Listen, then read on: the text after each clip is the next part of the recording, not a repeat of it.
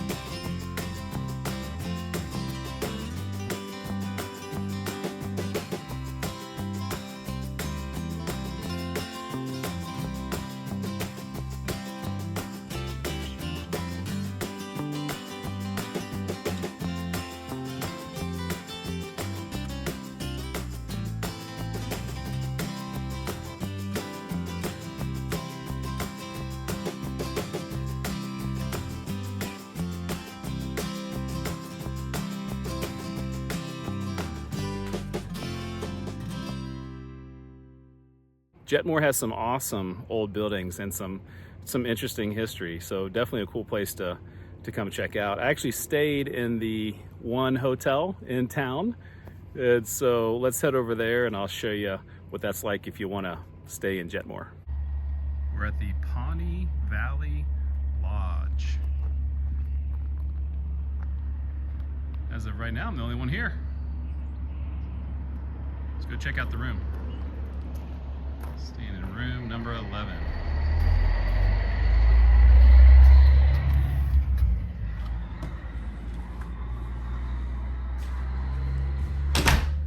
So the room's actually pretty big. And it's a single, obviously. But yeah, pretty nice room. The towels are decent. The water pressure is very good. Give it a pretty solid rating. They have this great guest directory, and there's a lot of stuff, and it's very homemade, I guess you could say. They tell you where all the churches are, hospitals if you have emergencies. I mean, everything you want to know. Where the parks are, dining options, if you want to get an adult beverage, even some menus. So, pretty good. There are a couple of interesting places to eat in Jetmore. I went to breakfast at Judy's Cafe, and it was pretty full of people that seem like they probably have regular meals there at Judy's. I like all the old signs. They have a guest book, kind of like a museum, where you can sign in and say where you're from, and the food was delicious.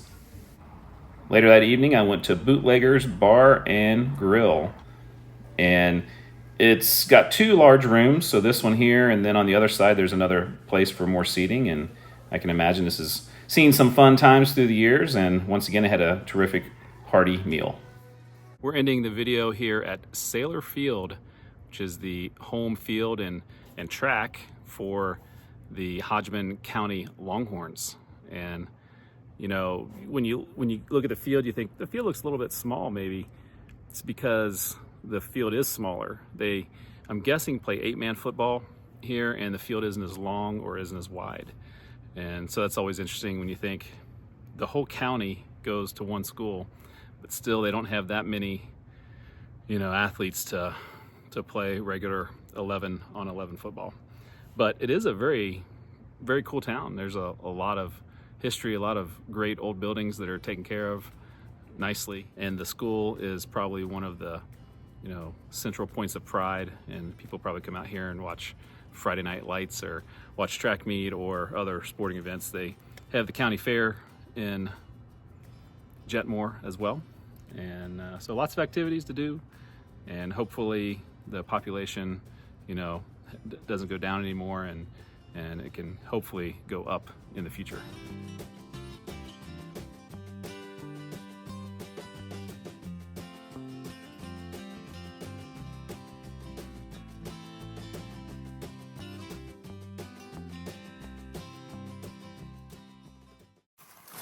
Jetmore.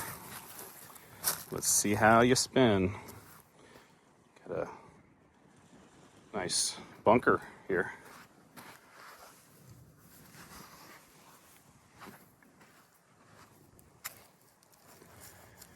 Spins nice and easy. It's pretty large. You can get a whole bunch of people on that one.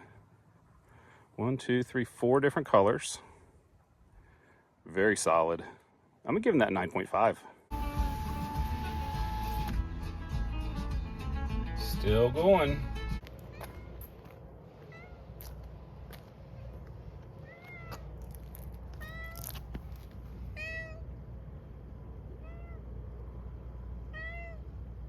We're ending today's video at Sailor Field here, where the Hodgeman.